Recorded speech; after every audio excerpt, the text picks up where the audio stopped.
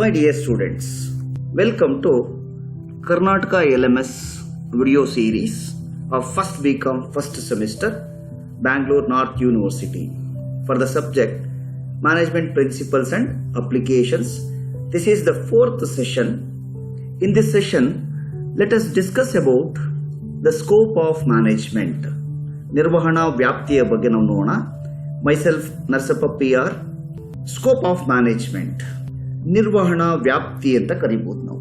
Scope of management can be studied with different areas of management in a business concern. Management can be identified in all the levels, all the departments, activities, etc. ಅಂದರೆ ಒಂದು ಸಂಸ್ಥೆಯಲ್ಲಿ ನಿರ್ವಹಣಾ ವ್ಯಾಪ್ತಿ ಎಲ್ಲಿದೆ ಅಂತ ಗೊತ್ತಾಗಬೇಕು ಅಂತಂದರೆ ಆ ಒಂದು ಸಂಸ್ಥೆಯಲ್ಲಿರ್ತಕ್ಕಂಥ ವಿವಿಧ ಕಾರ್ಯಕ್ಷೇತ್ರಗಳನ್ನು ನಾವು ನೋಡಬೇಕಾಗತ್ತೆ. ಮ್ಯಾನೇಜ್ಮೆಂಟ್ ಅಂತಕ್ಕಂಥದ್ದು, ನಿರ್ವಹಣೆ ಅಂತಕ್ಕಂಥದ್ದು ಎಲ್ಲ ನಿರ್ವಹಣಾ ಮಟ್ಟಗಳಲ್ಲಿ, ಇಲಾಖೆಗಳಲ್ಲಿ, ಎಲ್ಲ ಚಟುವಟಿಕೆಗಳಲ್ಲಿ ಇರುತ್ತೆ. The scope of management is vast. Therefore, the management in a business has occupied differently with the different areas. They are called as functional areas of management. ಅಂದರೆ ಮ್ಯಾನೇಜ್ಮೆಂಟ್ ಅಂತಕ್ಕಂಥದ್ದು ಒಂದು ಬಿಸ್ನೆಸ್ಸಲ್ಲಿ ಅಥವಾ ಒಂದು ವ್ಯವಹಾರದಲ್ಲಿ ಬೇರೆ ಬೇರೆ ಕಾರ್ಯಗಳನ್ನು ಬೇರೆ ಬೇರೆ ಕ್ಷೇತ್ರಗಳಲ್ಲಿ ಕೆಲಸ ಮಾಡ್ತಾ ಇರುತ್ತೆ. ಅದನ್ನು ನಾವು ಫಂಕ್ಷನಲ್ ಏರಿಯಾಸ್ ಆಫ್ ಮ್ಯಾನೇಜ್ಮೆಂಟ್ ಅಂತ ಕರೀತೀವಿ. ಯಾವ್ಯಾವುದವು? ನಿರ್ವಹಣೆಯ ಕ್ರಿಯಾತ್ಮಕ ಕ್ಷೇತ್ರಗಳು ಅಂತ ಕರೀಬಹುದು, ಫಂಕ್ಷನಲ್ ಏರಿಯಾಸ್ ಆಫ್ ಮ್ಯಾನೇಜ್ಮೆಂಟ್ ಅಂತ. ಪ್ರೊಡಕ್ಷನ್ ಮ್ಯಾನೇಜ್ಮೆಂಟ್ ಅಂತ ನೋಡೋಣ. ಮೊದಲನೇದು ಪ್ರೊಡಕ್ಷನ್ ಮ್ಯಾನೇಜ್ಮೆಂಟ್ಗೆ ಸಂಬಂಧಪಟ್ಟಾಗಿರ್ತಕ್ಕಂಥ ಏನೇನು ಚಟುವಟಿಕೆಗಳನ್ನು ಮ್ಯಾನೇಜ್ಮೆಂಟ್ ಮಾಡುತ್ತೆ. ಇಲ್ಲಿ the words of Elwood S Buffa. Production management deals with decision making relating to production process so that the resulting goods or services are produced according to the specification in amounts and by the schedule demanded and at minimum cost. Production management is the management of production function so as to produce the right goods in right quantity at right time and at the right cost. ಅಂದರೆ ಒಂದು ಸಂಸ್ಥೆಯಲ್ಲಿ ಉತ್ಪಾದನಾ ನಿರ್ವಹಣೆ ಅಂತ ಕರಿತೀವಿ ನಾವು. ಆ ಉತ್ಪಾದನಾ ನಿರ್ವಹಣೆ ಮಾಡ್ತಕ್ಕಂಥ ಕ್ಷೇತ್ರವನ್ನು ನಾವು ನೋಡಕ್ಕೆ ಹೋದರೆ ಎಲ್ವುಡ್ ಎಸ್ ಬೂಫಾ ಅಂತಕ್ಕಂಥವ್ರು ಹೇಳ್ತಾರೆ, ಪ್ರೊಡಕ್ಷನ್ ಮ್ಯಾನೇಜ್ಮೆಂಟ್ ಅನ್ನೋದು ಯಾವ್ಯಾವುದಕ್ಕೆ ಸಂಬಂಧಪಟ್ಟಿದೆ ಅಂತಂದರೆ ಪ್ರೊಡಕ್ಷನ್ ಪ್ರೋಸೆಸಸ್. ಅದರಿಂದ ವಸ್ತುಗಳನ್ನು ನಾವು ಉತ್ಪಾದನೆ ಮಾಡ್ತೀವಿ ಅಥವಾ ಸೇವೆಗಳನ್ನು ನಾವು ತಯಾರಿಸ್ತೀವಿ. ಅದು ಯಾವ ಥರ ತಯಾರಿಸ್ತೀವಿ ಅಂತಂದರೆ ಯಾವ ರೀತಿ ಜನರು ಎಕ್ಸ್ಪೆಕ್ಟ್ ಮಾಡ್ತಾರೆ ಅದಕ್ಕೆ ತಕ್ಕಂತೆ ಮಾಡ್ತೀವಿ. ಅದು ರೈಟ್ ಟೈಮಲ್ಲಿ, ಸರಿಯಾದ ಸಮಯಕ್ಕೆ, ಸರಿಯಾದ ಕ್ವಾಂಟಿಟಿ ಎಷ್ಟು ಬೇಕು ಅಷ್ಟು, ಮತ್ತು ರೈಟ್ ಕಾಸ್ಟ್ಗೆ ಮಾಡ್ತೀವಿ ಅಂತ ಹೇಳ್ತಾರೆ. ಹಾಗಾದರೆ what are the functions of production management? ನಾವು ಪ್ರೊಡಕ್ಷನ್ ಮ್ಯಾನೇಜ್ಮೆಂಟಲ್ಲಿ ಏನೇನು ಕೆಲಸ ಮಾಡ್ಬೋದು ಅಂತ. ಮೊದಲನೇದು ಪ್ರಾಡಕ್ಟ್ ಡಿಸೈನಿಂಗ್, ಅಂದರೆ ಉತ್ಪನ್ನ ವಿನ್ಯಾಸ ಅಂತ. ನಮ್ಮ ಪ್ರಾಡಕ್ಟ್ ಯಾವ ಥರ ಇರಬೇಕು ಅಂತ. Second one, plant and buildings location and layout.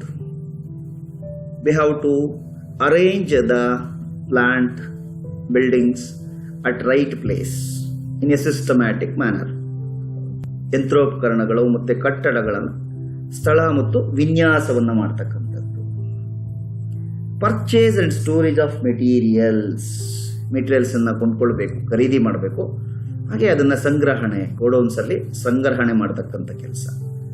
Storage ಮಾಡಬೇಕಾದ್ರೆ the goods should not be wasted.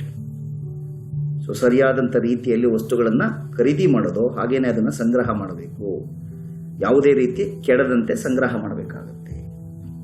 Then planning and controlling of factory operations. ಕಾರ್ಖಾನೆಯಲ್ಲಿ ನಡೀತಕ್ಕಂಥ ಎಲ್ಲ ಚಟುವಟಿಕೆಗಳನ್ನು ಯೋಜನೆ ಮಾಡಬೇಕು ಮತ್ತು ಅದನ್ನು ನಿಯಂತ್ರಣ ಮಾಡ್ತಾ ಇರಬೇಕು. ಪ್ರೊಡಕ್ಷನ್ ಮ್ಯಾನೇಜ್ಮೆಂಟಲ್ಲಿ ಇನ್ನೇನೇನು ಮಾಡ್ಬೋದು? Repairs and maintenance of plant and machinery buildings. ನಮ್ಮ ಸಂಸ್ಥೆಯಲ್ಲಿರ್ತಕ್ಕಂಥ ಸ್ಥಾವರ ಮತ್ತು ಯಂತ್ರೋಪಕರಣಗಳು, ಕಟ್ಟಡಗಳ ದುರಸ್ತಿ, ಅವುಗಳನ್ನು ಮೇಂಟೈನ್ ಮಾಡ್ತಕ್ಕಂಥ ನಿರ್ವಹಣೆ ಮಾಡೋದು, ಈ ಎಲ್ಲ ಚಟುವಟಿಕೆಗಳು ಮಾಡಬೇಕಾಗುತ್ತೆ. Inventory control and quality control, stock, finished goods, work in progress, tools, ಇವೆಲ್ಲವನ್ನ ಸೇರಿಸಿ ನಾವು ಇನ್ವೆಂಟರಿ ಅಂದರೆ ದಾಸ್ತಾನು ಅಂತ ಕರಿತೀವಿ. ಅದನ್ನು ನಿಯಂತ್ರಿಸಬೇಕು. ಹಾಗೆಯೇ ಗುಣಮಟ್ಟವನ್ನು ನಿಯಂತ್ರಣ ಮಾಡಬೇಕಾಗತ್ತೆ. And new product research and development, we have to create new products according to the specifications of the people. ಜನರಿಗೆ ಯಾವ ರೀತಿ ಬೇಕಾಗುತ್ತೋ ಆ ರೀತಿ ವಸ್ತುಗಳನ್ನು ನಾವು ಸಂಶೋಧನೆ ಮಾಡಬೇಕು ಮತ್ತು ಅದನ್ನು ಅಭಿವೃದ್ಧಿ ಪಡಿಸಬೇಕಾಗತ್ತೆ. ಇದು ಸ್ಕೋಪ್ ಆಫ್ ಮ್ಯಾನೇಜ್ಮೆಂಟ್ ನೋಡೋಕೆ ಹೋದರೆ ನಮ್ಗೆ ಸಿಗ್ತಕ್ಕಂಥ ಮೊದಲನೇ ಫಂಕ್ಷನಲ್ ಏರಿಯಾ. ನೆಕ್ಸ್ಟ್, ನಿರ್ವಹಣೆಯ ಕ್ರಿಯಾತ್ಮಕ ಕ್ಷೇತ್ರಗಳಲ್ಲಿ ಎರಡನೇದು ಮಾರ್ಕೆಟಿಂಗ್ ಮ್ಯಾನೇಜ್ಮೆಂಟ್ ಅಂತ.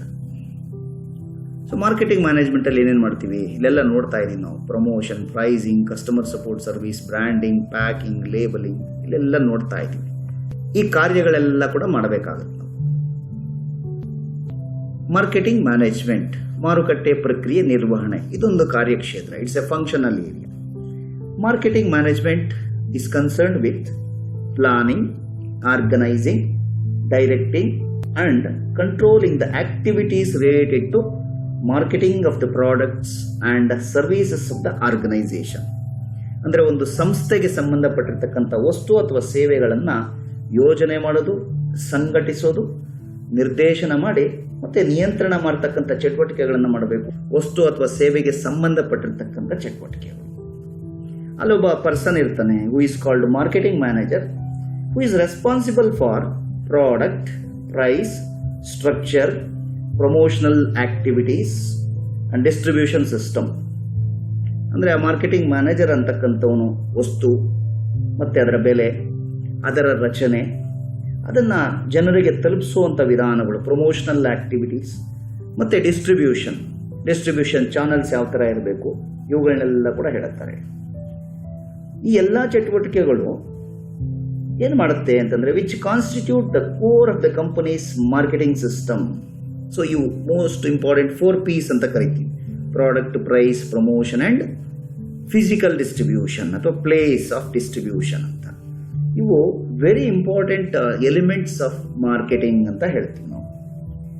The blending of decision in 4 areas of product, price, promotion and physical distribution is known as marketing mix. ಈ 4 Psನ product, price, promotion and physical distribution, ಇವು 4 Ps ಅಂತ ಕರಿತೀವಿ.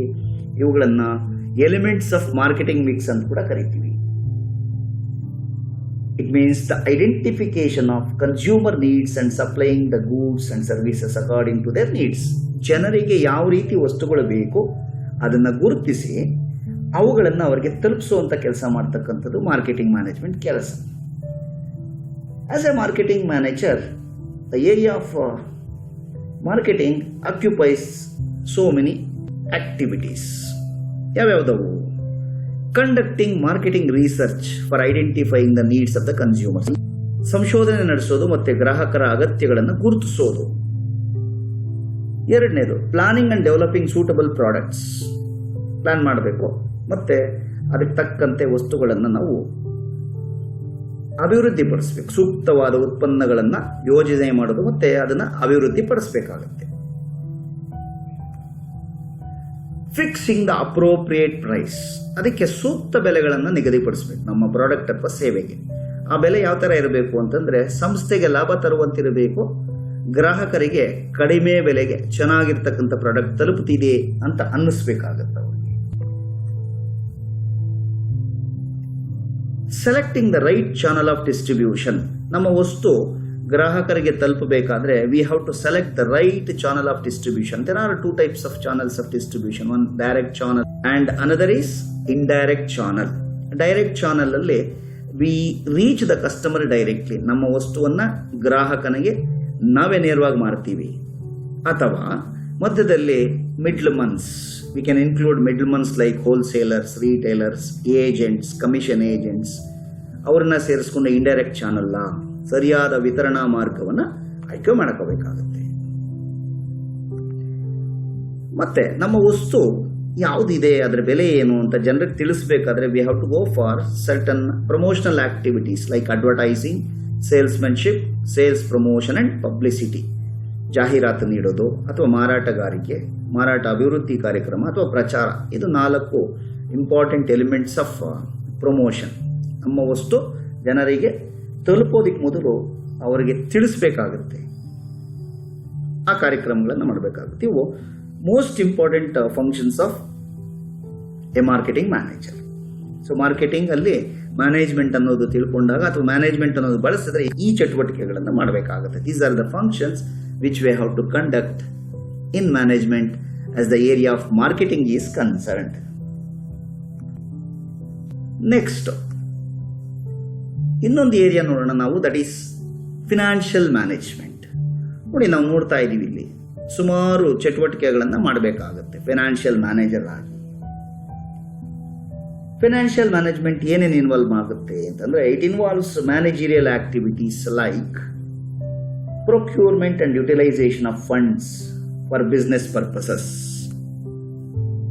and it deals with the planning, organizing, directing, controlling of financial activities of the business organization.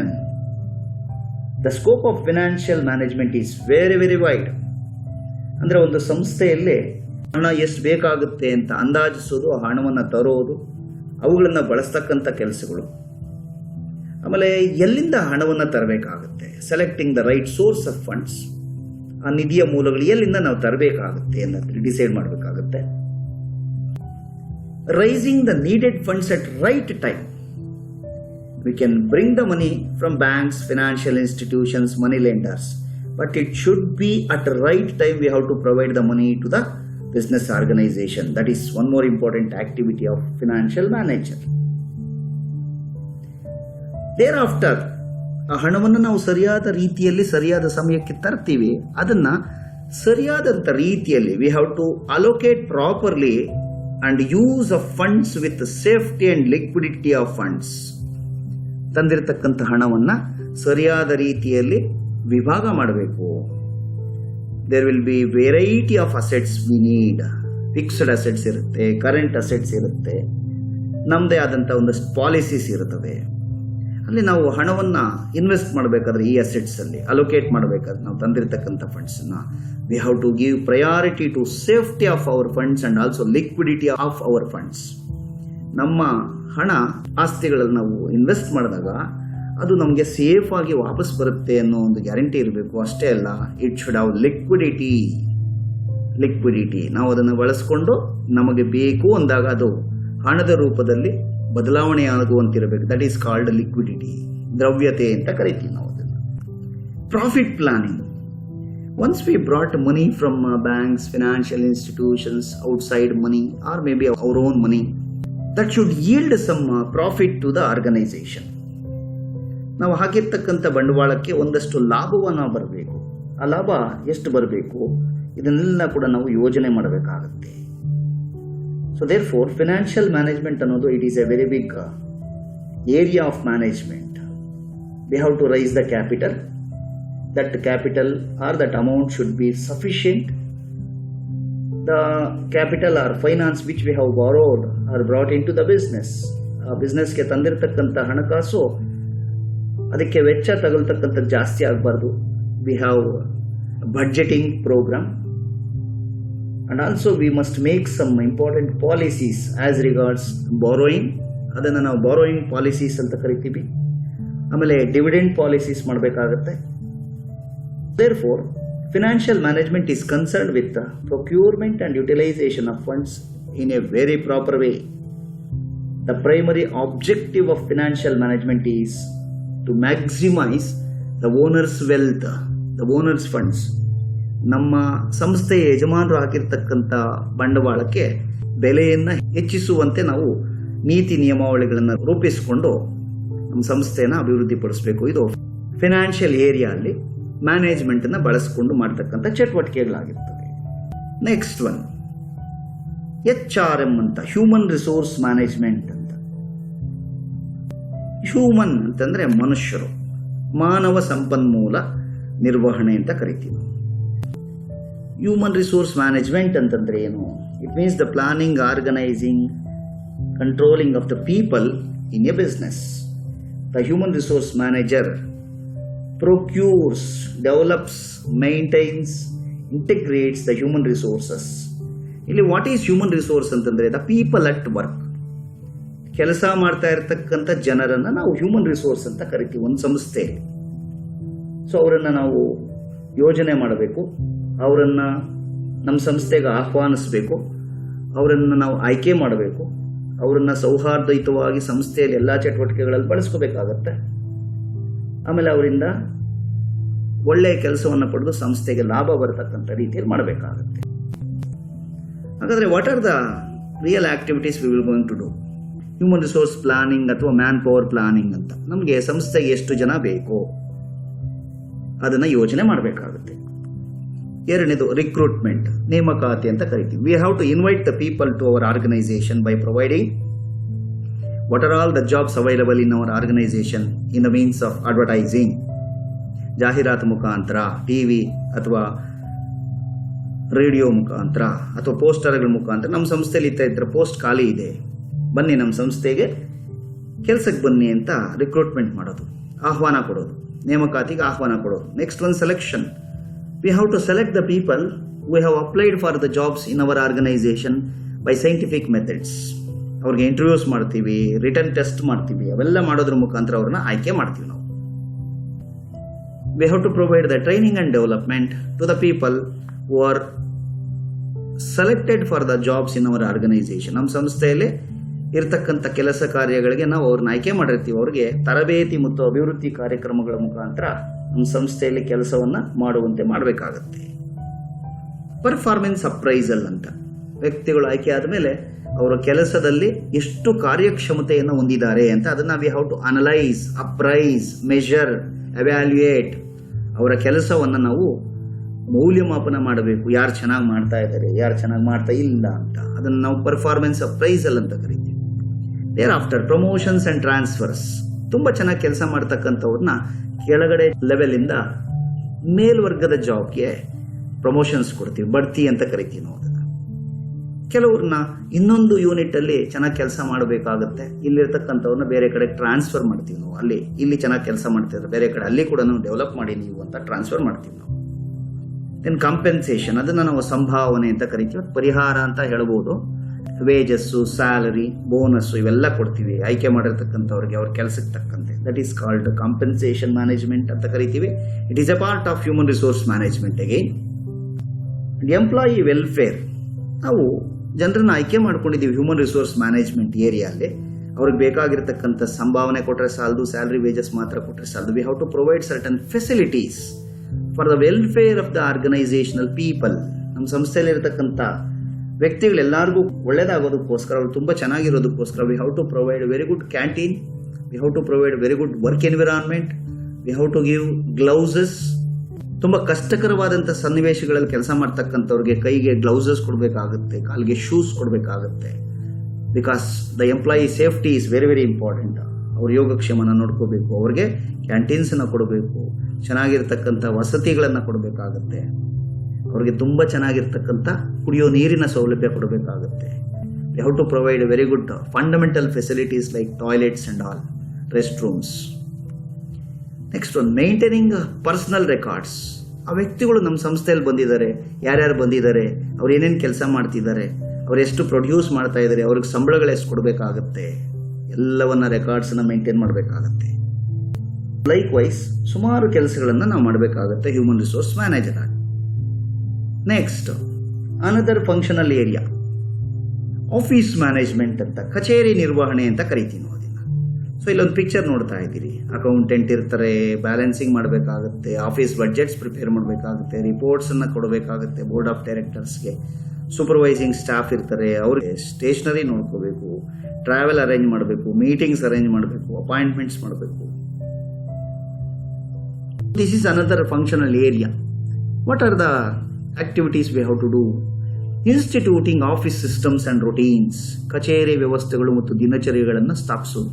ಯಾರ್ಯಾರ work ಏನು, ಯಾರ್ಯಾರು ಎಲ್ಲೆಲ್ಲಿ ಕೆಲಸ ಮಾಡಬೇಕು, who is superior, who is subordinate, who has to work and what work he has to do at what time, ಇವೆಲ್ಲವನ್ನು ನಾವು establish ಮಾಡಬೇಕಾಗುತ್ತೆ. The second one staffing. ನಾವು ಹ್ಯೂಮನ್ ರಿಸೋರ್ಸ್ ಮ್ಯಾನೇಜರ್ ಮಾಡ್ತಾರೆ ಟೋಟಲ್ ಎಂಟೈರ್ ಆರ್ಗನೈಸೇಷನ್ಗೆ. ಆಫೀಸ್ಗೆ ಸಂಬಂಧಪಟ್ಟಿರ್ತಕ್ಕಂಥ ಸ್ಟಾಫನ್ನು ನಾವು ಅಪಾಯಿಂಟ್ ಮಾಡ್ಕೋಬೇಕು. ಕ್ಲರ್ಕ್ಸು, ಅಕೌಂಟೆಂಟ್ಸು, ಫ್ಯೂನ್ಸು, ಅಟೆಂಡರ್ಸು, ಅವ್ರಿಗೆ ನಾವು ಟ್ರೈನಿಂಗು, ಪ್ರಮೋಷನ್ಸ್ ಕೊಡಬೇಕಾಗುತ್ತೆ. ಅವರನ್ನು ಅಪ್ರೈಸಲ್ ಮಾಡಬೇಕಾಗುತ್ತೆ, ಮೌಲ್ಯಮಾಪನ ಮಾಡಬೇಕಾಗುತ್ತೆ, ಯಾರು ಚೆನ್ನಾಗಿ ಕೆಲಸ ಮಾಡ್ತಿದ್ದಾರೆ ಎಲ್ಲ ನೋಡಬೇಕಾಗುತ್ತೆ. And we have to go for documentation, arranging, analysing, processing, supplying and preserving information. ಆಫೀಸಲ್ಲಿ ಇಡೀ ಸಂಸ್ಥೆಗೆ ಬೇಕಾಗಿರತಕ್ಕಂಥ ಎಲ್ಲ ರೀತಿಯ ಮಾಹಿತಿಯನ್ನು ದಾಖಲೆಗಳಲ್ಲಿ ಬರೆದಿಡಬೇಕಾಗುತ್ತೆ. ಅದನ್ನು ಅನಲೈಸ್ ಮಾಡಬೇಕು, ಸಂಸ್ಕರಣೆ ಮಾಡಬೇಕಾಗುತ್ತೆ, ಪ್ರೊಸೆಸ್ ಮಾಡಬೇಕು. ಹಾಗೆಯೇ ಅದನ್ನು ನಾವು we have to supply to the required officials, board of directors, shareholders, joint stock company ಆದರೆ ಅಥವಾ ಓನರ್ಸು, ಪಾರ್ಟ್ನರ್ಶಿಪ್ ಬಿಸ್ನೆಸ್ ಆದರೆ ಅವ್ರಿಗೆ ನಾವು ಅದನ್ನು ಸರಬರಾಜು ಮಾಡಬೇಕು. ಅವ್ರು ಕೇಳಿದಾಗ ಅದನ್ನು ನಾವು ಪ್ರಿಸರ್ವ್ ಮಾಡಬೇಕು, ಕಾಪಾಡಬೇಕಾಗುತ್ತೆ, ಸಂರಕ್ಷಿಸಬೇಕಾಗುತ್ತೆ. Purchasing of office equipments and furniture. ಕಚೇರಿಗೆ ಬೇಕಾಗಿರ್ತಕ್ಕಂಥ ತುಂಬ ಮುಖ್ಯವಾಗಿರ್ತಕ್ಕಂಥ equipments, for example computers, printers ಆಫೀಸಿಗೆ ಬೇಕಾಗುತ್ತೆ. ಹಾಗೆಯೇ ಫರ್ನಿಚರ್ ಬೇಕಾಗುತ್ತೆ, ಪೀಠೋಪಕರಣಗಳು ಅಂತ ಕರಿತೀವಿ ನಾವು, ಕಚೇರಿ ಉಪಕರಣಗಳು, ಜೆರಾಕ್ಸ್ ಮಿಷನ್ ಬೇಕಾಗ್ಬೋದು. ಇವೆಲ್ಲವನ್ನ ನಾವು ಕೊಂಡ್ಕೊಳ್ಬೇಕಾಗುತ್ತೆ. ಅದು ರೈಟ್ ಪರ್ಸನ್ನಿಂದ ಸರಿಯಾದ ಬೆಲೆಗೆ ಕೊಂಡ್ಕೊಳ್ಬೇಕಾಗುತ್ತೆ. Maintaining public relations. Most important thing is ಸಂಸ್ಥೆ ಮತ್ತು ಹೊರಗಿನ ಜಗತ್ತು ಅಥವಾ ಹೊರಗಿನ ಪ್ರಪಂಚ ಅಂತ ಏನಿರ್ತವೆ ಎರಡರ ಮಧ್ಯೆ ಸರಿಯಾದಂಥ ಸಂಬಂಧಗಳನ್ನು ನಾವು ಕ್ರಿಯೇಟ್ ಮಾಡಬೇಕಾಗುತ್ತೆ, ಅದನ್ನು ಮೇಂಟೈನ್ ಮಾಡಬೇಕಾಗುತ್ತೆ. ಸಾರ್ವಜನಿಕ ಸಂಪರ್ಕಗಳು ಮತ್ತು ಸಾರ್ವಜನಿಕ ಸಂಬಂಧಗಳನ್ನು ನಾವು ಸೃಷ್ಟಿ ಮಾಡಿಕೊಂಡು ಅದನ್ನು ಮೇಂಟೈನ್ ಮಾಡಬೇಕು, ನಿರ್ವಹಿಸಬೇಕು. ಬ್ಯಾಂಕರ್ಸ್ ಜೊತೆ, ಸಪ್ಲೈಯರ್ಸ್ ಜೊತೆ, ಕಸ್ಟಮರ್ಸ್ ಜೊತೆ, ಸರ್ಕಾರದ ಜೊತೆ we have to maintain the relations with all these people who are outside the organisation. ಅದನ್ನು ನಾವು ಪಬ್ಲಿಕ್ ರಿಲೇಷನ್ಸ್ ಅಂತ ಕರಿತೀವಿ. Safeguarding the assets. ಇಡೀ ಸಂಸ್ಥೆಯಲ್ಲಿ ಬೇಕಾಗಿರ್ತಕ್ಕಂಥ ಎಲ್ಲ ಆಸ್ತಿಗಳನ್ನು ರಕ್ಷಿಸ್ತಕ್ಕಂಥದ್ದು ಅಥವಾ ಸ್ವತ್ತುಗಳ ಸಂರಕ್ಷಣೆ ಮಾಡ್ತಕ್ಕಂಥದ್ದು ನಮಗೆ ಅತಿ ಮುಖ್ಯವಾದಂಥ ಕೆಲಸ ಆಫೀಸ್ ಮ್ಯಾನೇಜ್ಮೆಂಟ್ ಏರಿಯಲ್ಲಿ ಮಾಡಬೇಕಾಗತ್ತೆ. ಸೊ ಇವು ಒಂದಷ್ಟು ಸಣ್ಣ ಚಟುವಟಿಕೆಗಳು ಆಫೀಸ್ ಮ್ಯಾನೇಜ್ಮೆಂಟ್ ಏರಿಯಲ್ಲಿ ನಾವು ಮಾಡಬೇಕಾಗಿರ್ತಕ್ಕಂಥದ್ದು. ಮ್ಯಾನೇಜ್ಮೆಂಟ್ ಸ್ಕೋಪನ್ನು ನೋಡ್ತಾ ಇದ್ವಿ ನಾವು. ಇನ್ನೊಂದು ಫಂಕ್ಷನಲ್ ಏರಿಯಾ ನೋಡೋಕೆ ಹೋದ್ರೆ ನಾವು ಮೇಂಟೆನೆನ್ಸ್ ಮ್ಯಾನೇಜ್ಮೆಂಟ್ ಅಂತ. ಏನು ಮೇಂಟೆನೆನ್ಸ್ ಮ್ಯಾನೇಜ್ಮೆಂಟಲ್ಲಿ ನಾವೇನೇನು ಮಾಡಬೇಕಾಗುತ್ತೆ? ಸಂರಕ್ಷಣಾ ನಿರ್ವಹಣೆ ಅಂತ ಕರಿತೀವಿ ನಾವು. Develop and execute policies, rules and regulations.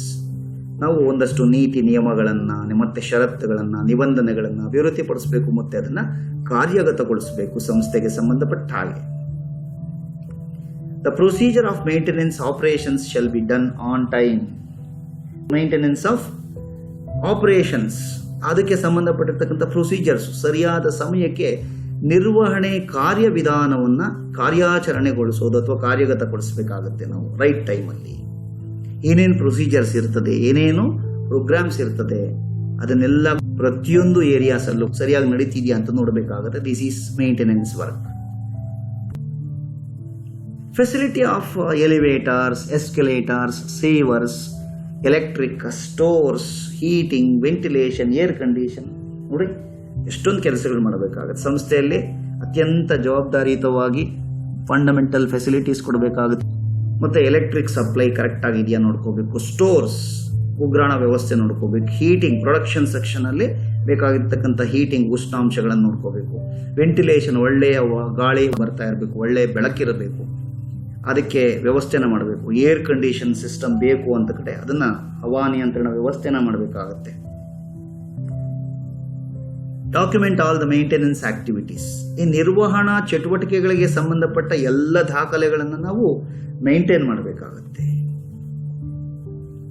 To ensure sufficient inventory for the maintenance. ಮೇಂಟೆನೆನ್ಸ್ಗೆ ಬೇಕಾಗಿರ್ತಕ್ಕಂಥ ಸ್ಟಾಕನ್ನು ನಾವು ಪರ್ಫೆಕ್ಟ್ ಟೈಮಿಂಗಲ್ಲಿ ಮೇಂಟೈನ್ ಮಾಡಬೇಕಾಗತ್ತೆ, without having excess and without having shortage. Forecasting maintenance expenditure. Maintenance management ಹೆಚ್ಚಿನ ಖರ್ಚಾಗದಿರ ಸರಿಯಾದಂಥ ಖರ್ಚಿನಲ್ಲಿ ನಾವು ಮೇಂಟೈನ್ ಮಾಡ್ತಕ್ಕಂಥ ರೀತಿ ಫೋರ್ಕಾಸ್ಟ್ ಮಾಡಬೇಕು, ಅಂದಾಜು ಮಾಡಬೇಕಾಗುತ್ತೆ ನಿರ್ವಹಣಾ ವೆಚ್ಚವನ್ನು. Protect assets, equipments and machines. Maintenance management ಇನ್ನೊಂದು ಇಂಪಾರ್ಟೆಂಟ್ ಕೆಲಸ ಏನಂದರೆ ಸಂಸ್ಥೆಗೆ ಸಂಬಂಧಪಟ್ಟಿರ್ತಕ್ಕಂಥ ಅಸೆಟ್ಸ್, ಆಸ್ತಿಗಳು ಅಥವಾ ಸ್ವತ್ತುಗಳು, ಉಪಕರಣಗಳು, ಎಕ್ವಿಪ್ಮೆಂಟ್ಸ್ ಅಂತ ಕರಿತೀವಿ, ಮೆಷಿನ್ಸ್, ಯಂತ್ರೋಪಕರಣಗಳನ್ನು ರಕ್ಷಣೆ ಮಾಡಬೇಕಾಗತ್ತೆ. ಅದಕ್ಕೆ ಕೆಟ್ಟು ಹೋಗದಿರ ರೈಟ್ ಟೈಮ್ಗೆ ಸರಿಯಾಗಿ ಅದನ್ನು ನಾವು we have to maintain by providing parts and other things to the assets.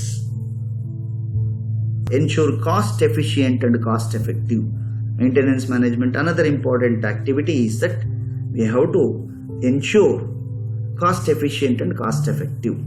ದಕ್ಷತೆಯಿಂದ ಮತ್ತು ಅತ್ಯಂತ ಪರಿಣಾಮಕಾರಿಯಾಗಿ ವೆಚ್ಚವನ್ನು ನಾವು ಬರೆಸ್ತಾ ಇದ್ವಿ ಮತ್ತೆ ಅದನ್ನು ಮೇಂಟೈನ್ ಮಾಡ್ತೀವಿ, ನಿರ್ವಹಿಸ್ತಾ ಇದ್ದೀವಿ ಅನ್ನೋದನ್ನ ಖಚಿತಪಡಿಸ್ಕೊಳ್ಬೇಕಾಗತ್ತೆ. ಇದು ಮೇಂಟೆನೆನ್ಸ್ ಮ್ಯಾನೇಜ್ಮೆಂಟ್ಗೆ ಸಂಬಂಧಪಟ್ಟಿರ್ತಕ್ಕಂಥ ಒಂದಷ್ಟು ಇಂಪಾರ್ಟೆಂಟ್ ಚಟುವಟಿಕೆಗಳು. Next one, purchase management. This is another area, management area of purchasing so many things. ಅಲ್ಲಿ ಏನೇನು ಚಟುವಟಿಕೆಗಳು ಮಾಡಬೇಕಾಗುತ್ತೆ ನಾವು ಮ್ಯಾನೇಜ್ಮೆಂಟ್ ಸ್ಕೋಪ್ ಅನ್ನು ನೋಡೋಕೆ ಹೋಗ್ತಿದ್ದಾಗ. ಖರೀದಿ ನಿರ್ವಹಣೆ ಅಂತ ಕರಿತೀವಿ. ಕಚ್ಚಾ ವಸ್ತುಗಳನ್ನು ಖರೀದಿ ಮಾಡಬೇಕು. Purchase of raw materials, right quality right ಟೈಮ್ಗೆ ಕಡಿಮೆ ಖರ್ಚಿಗೆ ಪರ್ಚೇಸ್ ಮಾಡಬೇಕಾಗತ್ತೆ. Maintaining of records. Once we have purchased the raw materials, we have to record all those materials which is purchased, inspected and which is stored in our storerooms. ಆ ದಾಖಲೆಗಳನ್ನು ನಿರ್ವಹಿಸಬೇಕಾಗುತ್ತೆ. Material control. ಕಚ್ಚಾ ವಸ್ತುಗಳನ್ನು ತರ್ತೀವಿ ನಾವು, ಅದನ್ನ ನಿಯಂತ್ರಣ ಮಾಡಬೇಕು, ವೇಸ್ಟೇಜ್ ಆಗ್ದಿರಾ. By shifting from one place to another place, ಒಂದು ಕಡೆಯಿಂದ ಮತ್ತೊಂದು ಕಡೆ ತರಬೇಕಾದ್ರೆ ವೇಸ್ಟೇಜ್ ಮಾಡಿಬಿಡ್ತಾರೆ, ಡ್ಯಾಮೇಜ್ ಮಾಡ್ತಾರೆ, ಅವೇನೂ ಆಗ್ದಿರಾ. We have to maintain a particular system. Issuing materials to departments. Production ಡಿಪಾರ್ಟ್ಮೆಂಟ್ಸ್ಗೆ ಸ್ಟೋರ್ ರೂಮಿಂದ ಅಥವಾ ನಮ್ಮ ಉಗ್ರಾಣಗಳಿಂದ ಕಚ್ಚಾ ಪದಾರ್ಥಗಳನ್ನು ಸರಿಯಾದ ಸಮಯಕ್ಕೆ ಸಾಗಾಟ ಮಾಡಬೇಕು. We have to issue the materials. Let us go to one more area, it is transport management. ಒಂದು ಸಂಸ್ಥೆ ತುಂಬ ಬೃಹದಾಕಾರವಾಗಿದ್ದರೆ, ದೊಡ್ಡದಾಗಿದ್ದರೆ ಟ್ರಾನ್ಸ್ಪೋರ್ಟ್ ಮ್ಯಾನೇಜ್ಮೆಂಟ್, ಇಂಟರ್ನಲ್ ಟ್ರಾನ್ಸ್ಪೋರ್ಟ್ ಬೇಕಾಗುತ್ತೆ. ಹೊರಗಡೆ ನಮ್ಮ ವಸ್ತುಗಳು ನಮ್ಮ ಕಸ್ಟಮರ್ಸ್ಗೆ ರೀಚ್ ಆಗೋದಕ್ಕೆ we have to shift the goods from our production sections. ಹಾಗಾದರೆ ಟ್ರಾನ್ಸ್ಪೋರ್ಟ್ ಮ್ಯಾನೇಜ್ಮೆಂಟಲ್ಲಿ ನಾವು ಏನೇನು ಮಾಡಬೇಕಾಗತ್ತೆ? ಮೊದಲನೇದು, ಅದನ್ನು ನಾವು ಸಾರಿಗೆ ನಿರ್ವಹಣಾ ಕ್ಷೇತ್ರ ಅಂತ ಕರಿತೀವಿ. ವಸ್ತುಗಳನ್ನು ಪ್ಯಾಕ್ ಮಾಡಬೇಕು, ಅದು ಕೆಟ್ಟೋಗದಿರ. The goods should be packed with having a safety measures. ಎರಡನೇದು, ವೇರ್ ಹೌಸಿಂಗ್. ನಮ್ಮ ವಸ್ತುಗಳನ್ನು ತಗೊಂಡೋಗಿ ಸರಿಯಾದಂಥ ಪ್ರದೇಶದಲ್ಲಿ ಅದನ್ನು ನಾವು ಸ್ಟೋರ್ ಮಾಡಬೇಕು. ಕಾಸ್ಟ್ ಕಂಟ್ರೋಲ್, ಸೊ ವೆಚ್ಚವನ್ನು ನಿಯಂತ್ರಣ ಮಾಡಬೇಕು. There are some KPIs, key performance indicators ಅಂತಿರುತ್ತೆ. ಅವುಗಳನ್ನು ನಾವು ಸರಿಯಾದಂಥ ರೀತಿಯಲ್ಲಿ ಗಮನಿಸ್ತಾ ಇರಬೇಕು. ರಿಪೋರ್ಟಿಂಗ್ ಅಂಡ್ ಸ್ಟ್ಯಾಟಿಸ್ಟಿಕ್ಸ್, ನಮ್ಮ ವಸ್ತುಗಳ ಬಗ್ಗೆ ಸರಿಯಾದಂಥ ರೀತಿಯಲ್ಲಿ ಅಂಕಿ ಅಂಶಗಳನ್ನು ವರದಿ ಮಾಡ್ತಾ ಇರಬೇಕಾಗುತ್ತೆ. Then schedule constant evaluation of timetables. ನಮ್ಮ ವಸ್ತುಗಳು ಯಾವ್ಯಾವ ಏರಿಯಾದಲ್ಲಿ ಎಷ್ಟೆಷ್ಟಿವೆ, ಮತ್ತೆ ಎಷ್ಟೆಷ್ಟು ಡಿಮ್ಯಾಂಡ್ ಇದೆ, ಎಷ್ಟು ಬೇಕಾಗುತ್ತೆ, ಅವುಗಳನ್ನು ನೋಡ್ತಾ ಇರಬೇಕಾಗತ್ತೆ. Delivery of goods. ನಮ್ಮ ವಸ್ತುಗಳು ರೈಟ್ ಟೈಮ್ಗೆ ಬೇಕಾಗಿರತಕ್ಕಂಥ ನಮ್ಮ ಮಿಡ್ಲ್ ಮನ್ಸ್ಗೆ, ಹೋಲ್ಸೇಲರ್ಸ್ಗೆ, ರೀಟೇಲರ್ಸ್ಗೆ ಅಥವಾ ಕಸ್ಟಮರ್ಸ್ಗೆ ಟೈಮ್ ಸರಿಯಾಗಿ ಸಿಗ್ತಾ ಇದೆಯಾ, ಅವ್ರಿಗೆ ಬೇಕು ಅಂದ ತಕ್ಷಣವೇ ಅವುಗಳನ್ನೆಲ್ಲ ನೋಡಬೇಕಾಗತ್ತೆ. ಈ ಥರ there are so many functional areas. I have listed only few, ಒಂದಷ್ಟು ಮಾತ್ರ. ಇದನ್ನು ನಾವು ಒಂದು 10 ಮಾರ್ಕ್ಸ್ ಪ್ರಶ್ನೆ ಅಥವಾ 14 ಮಾರ್ಕ್ಸ್ ಪ್ರಶ್ನೆ ಕೇಳಿದಾಗ ಆನ್ಸರ್ ಬರೆಯೋದಕ್ಕೆ ಬೇಕಾಗಿರತಕ್ಕಂಥದ್ದು. By observing the above said functional areas, we can say that the scope of management is so vast. ಈ ಎಲ್ಲ ಫಂಕ್ಷನಲ್ ಏರಿಯಾಸ್ನ ನೋಡಿದ್ಮೇಲೆ ನಮ್ಗೆ ಏನು ಅನಿಸುತ್ತೆ ಅಂತಂದರೆ, ನಮ್ಮ ಮ್ಯಾನೇಜ್ಮೆಂಟ್ ವ್ಯಾಪ್ತಿ ತುಂಬ ವಿಸ್ತಾರವಾಗಿದೆ. A business organisation must exercise the managerial activities at all the levels and in all the departments at the right time with a less cost. Management ಏರಿಯಾಸಲ್ಲಿ ಕೆಲಸ ಮಾಡ್ತಿರ್ಬೇಕಾದ್ರೆ ಅನೇಕ ಚಟುವಟಿಕೆಗಳನ್ನು ಒಂದು ವ್ಯವಹಾರ ಸಂಸ್ಥೆ ನಡೆಸಬೇಕಾಗುತ್ತೆ. ಅದಕ್ಕೋಸ್ಕರ ಮ್ಯಾನೇಜ್ಮೆಂಟ್ ವ್ಯಾಪ್ತಿ ತುಂಬ ಬೃಹದಾಕಾರವಾಗಿದೆ ಅಂತ ಹೇಳ್ಬೋದು. ಈ ಒಂದು ಸೆಷನ್ಗೆ ಬೇಕಾಗಿರೋ ಮೆಟೀರಿಯಲ್ಸನ್ನು ಈ ಟೆಕ್ಸ್ಟ್ ಬುಕ್ಸಿಂದ ತಗೊಂಡಿದ್ದೀವಿ, ರೆಫರೆನ್ಸ್ ತಗೊಂಡಿದ್ದೀವಿ. ಧನ್ಯವಾದಗಳು. ನಿಮ್ಗೆ ಅರ್ಥ ಆಗಿದೆ ಅಂತ ಭಾವಿಸ್ತಾ ನಾನು ಈ ಸೆಷನ್ನ ಇಲ್ಲಿಗೆ ಎಂಡ್ ಮಾಡ್ತಾ ಇದ್ದೀನಿ. Thank you very much.